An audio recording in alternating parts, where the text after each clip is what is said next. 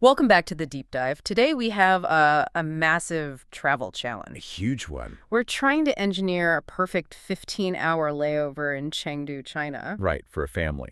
On December 30th, 2025. And this isn't just about, hitting a couple of tourist spots. This is a deep dive into the absolute critical knowledge you need to pull this off without a hitch. That's it. We've looked at the logistics, the cultural history, the food, all of it. The mission is to make a 7 a.m. arrival and a 1.45 a.m. departure feel like a real journey. Not a frantic scramble. Exactly. A journey centered on pandas, history, and of course, a lot of spice. Okay, so before we get to the pandas, which I know is what everyone's waiting for, we have to tackle the cold, hard math. The math. It all revolves around the airport, TFU, Chengdu Tianfu International. Which is not close to the city. No, it is a significant hurdle. You're looking at 50 to 63 kilometers southeast of downtown. So that's your first time sink. A big one.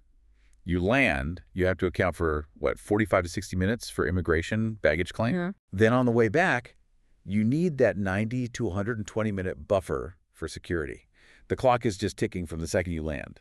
And the transit itself, that's the big variable, right? You've got two main options, metro or taxi. Correct. The Metro, Line 18, is good. It's clean. It's efficient. The regular service takes about 50 to 60 minutes. The whole hour. A whole hour. But there's an express train that cuts that down to about 35 minutes. Oh, that's much better. It is, but it only runs once an hour. So you have to time it perfectly. Or you take a taxi. Or you take a taxi. It's faster, maybe 40 to 70 minutes depending on traffic. It costs about 150 to 190 RMB. Which is what, 18 to 24 euros? Around that, yeah. And for a family with bags, honestly, it might be the best tactical move right out of the gate. So you add all that up, the immigration, the transit, the pre-departure buffer. And your actual usable sightseeing time gets squeezed down to maybe, if you're lucky, 15 hours. Wow. Which means you absolutely have to be leaving the city to head back to TFU between about 9:45 p.m. and 11:10 p.m. And that one fact dictates everything. Everything. Which brings us to the number one non-negotiable priority. The whole reason for this blitz. Let's unpack it. With time this tight, what's the one thing you absolutely have to do, and why is the timing so brutal? It is the Chengdu research base of giant panda breeding. No question. It's a panda base. And the urgency isn't about the crowds, really. It's biology. Pandas are not, all-day animals. They're basically morning bears, right? Exactly. They are most active during the morning feeding. In winter, that session runs from 8:00 a.m. to 12:00 p.m. That's it. So if you show up at 11... You're just looking at very expensive, sleepy, black and white lumps of fur. You've missed the show. You have to get there as close to opening time as possible. So that morning becomes this mission-critical puzzle. You land, clear the airport, grab a DD or that express metro, and then it's another transfer to the city's Metro Line 3 to get to Panda Avenue Station. That first 90 minutes is just a high-stakes transit operation. But once you're there... It's great. And the ticket is surprisingly cheap. It's like 55 yuan, about 6 or 7 euros. So it's a budget-friendly main event. Okay, so you spend 2-3 hours there. Your primary objective is complete. What next? The sources laid out a couple of paths. Right. If the family is full of energy, you go for option B, the full blitz. Which we're going to do. Which you're going to do. But, for a family that's maybe a little jet-lagged, option A suggests a breather. Like a quiet cafe. Exactly. A place called the Bookworm was mentioned, known for English books and a calm vibe. It's like a little decompression chamber. Okay, but we're doing the full blitz, option B, so we've done the pandas. Where do we go to find the real soul of Chengdu? You go straight into the city's dual identity. Which is? It's this incredible mix of 2,000 years of history and this famous, almost paradoxical relaxed pace. They call it the slow city. That's so interesting. It's a massive tech hub, but the culture is all about taking it easy. And you can see that tension everywhere. Especially in the tea houses. Right. Locals will spend hours, hours, in a tea house, playing mahjong, playing cards. It's a very deliberate resistance to modern speed. And the best place to feel that is Quanzai Alley, the wide and narrow alleys. That's the spot. They're these beautifully preserved Qing Dynasty lanes, all carved wood, courtyard gardens. And that's such a sharp contrast to the other famous landmark. A giant panda climbing the side of the IFS tower in Taikoo Li. Exactly. See that contrast, the old tea house and the hyper-modern shopping mall within a few metro stops of each other? That's modern Chengdu in a nutshell. Okay, so from the modern, let's go way back. The sources really emphasize the Three Kingdoms heritage. You have to. That's the historical core of the city. Chengdu was the capital of the Shu state back around 220 CE. And the place to connect with that history is the Wuhu Shrine. Perfect for a midday visit. It's dedicated to the legendary strategist Zhuge Liang and his emperor Liu Bei. You're literally walking through that history. The ticket's about 50 yuan. And right next door is where you get that instant cultural hit. It's gently ancient street. Right. It's free to enter, and it's just this immediate sensory overload. Yeah. It's perfect for grabbing some street food. The famous Dan Na noodles. Dan Dan noodles, the stuffed go kui flatbreads. It's a quick, delicious refuel. And this is where we should probably mention the more adventurous local snack. Oh, yes.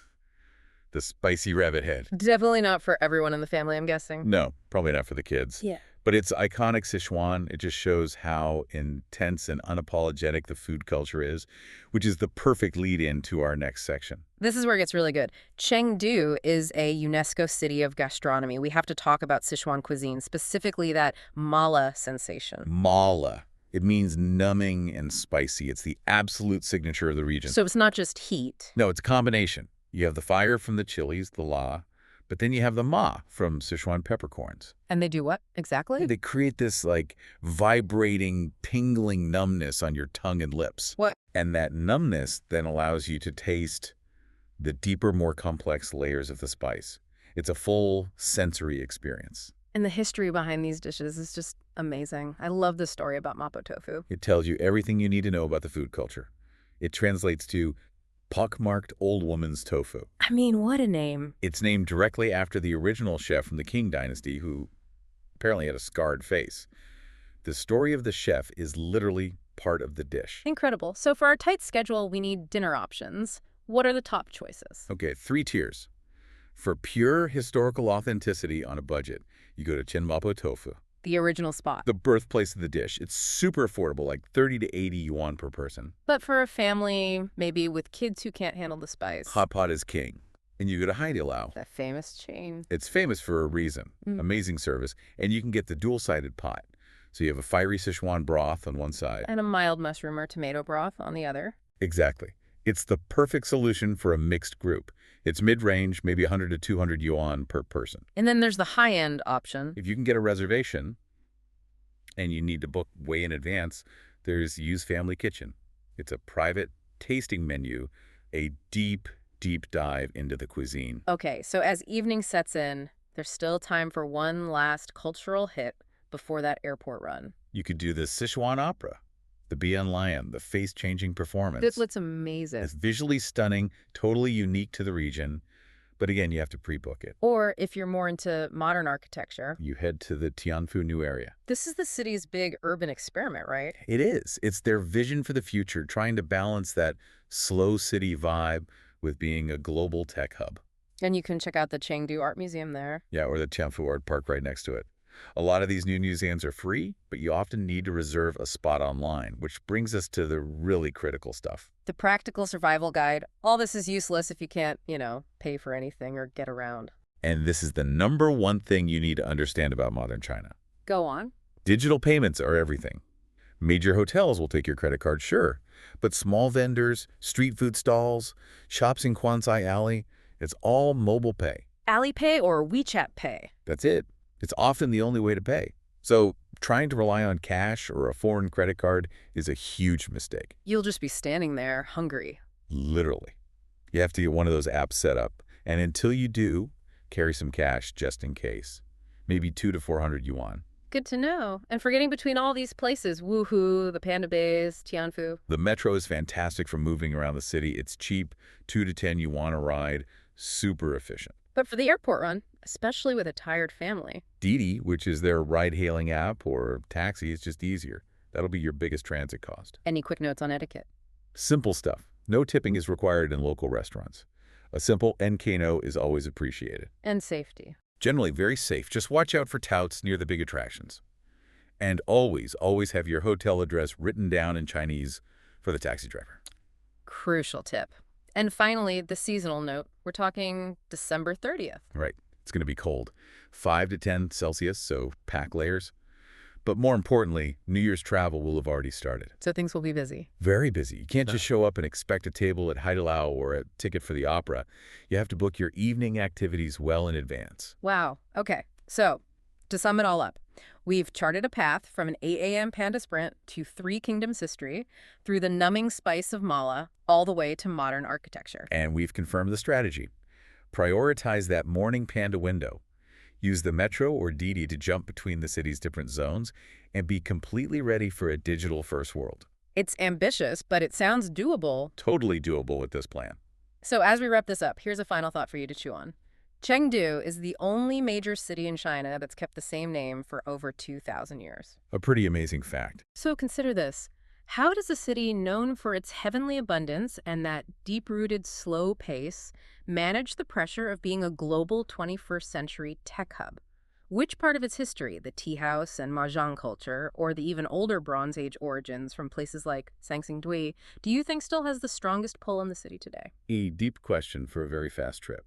We hope this knowledge helps you make it a meaningful one. Until next time, keep exploring.